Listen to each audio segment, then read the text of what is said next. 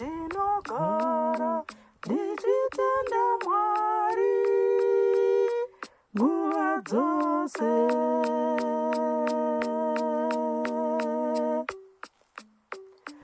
Nokuda kwenyasha dzamakapiwa kuna Yesu Kristu, kana makabatana na Kristu, makapumiswa naye pazvinhu zvose, pakutaura kwose napakuziva kwose.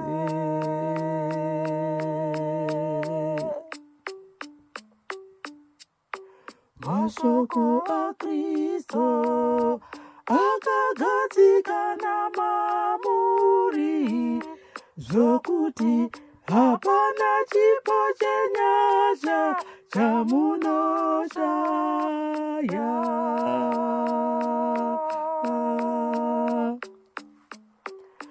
Mwari wamakadaidzwa naye kuzowadzana namwana komana wake Yesu Kristu, tenzi wedu, ndiMwari wakatendeka, tenzi wedu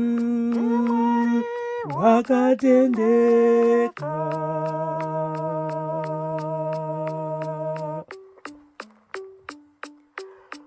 Pakurindira kwamunoita kuonekwa pachena kwatenzi wedu Jesu Kristu,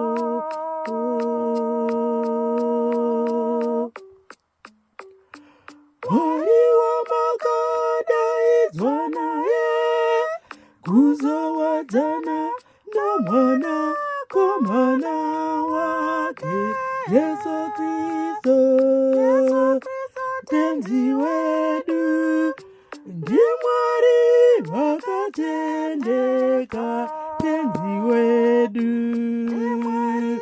wakatendeka.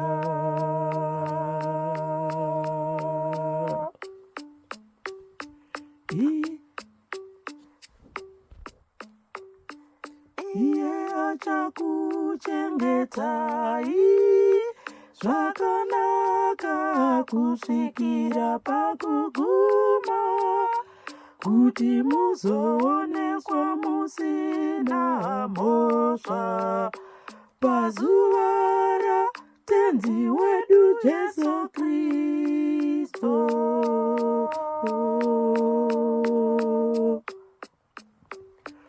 Mwari wamakadaidzwa naye kuzowadzana namwana komana wake Yesu Kristu, tenzi wedu, ndiMwari wakatendeka, tenzi wedu wakatendeka.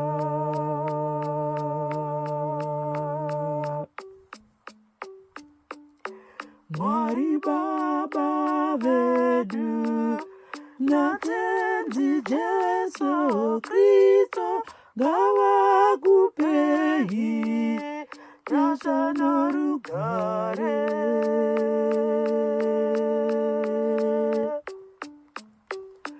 Mwari wamakadaidzwa naye kuzowadzana namwana komana wake Yesu Kristu, tenzi wedu, ndiMwari wakatendeka, tenzi wedu wakatendeka.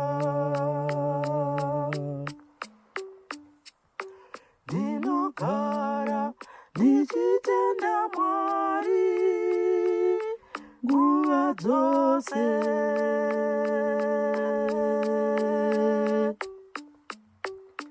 Nokuda kwenya hasha dzamakapiwa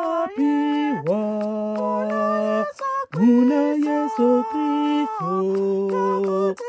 Kana makabatana na Kristo, makapumiswa naye pazvinhu zvose, pakutaura kwose napakuziva kwose.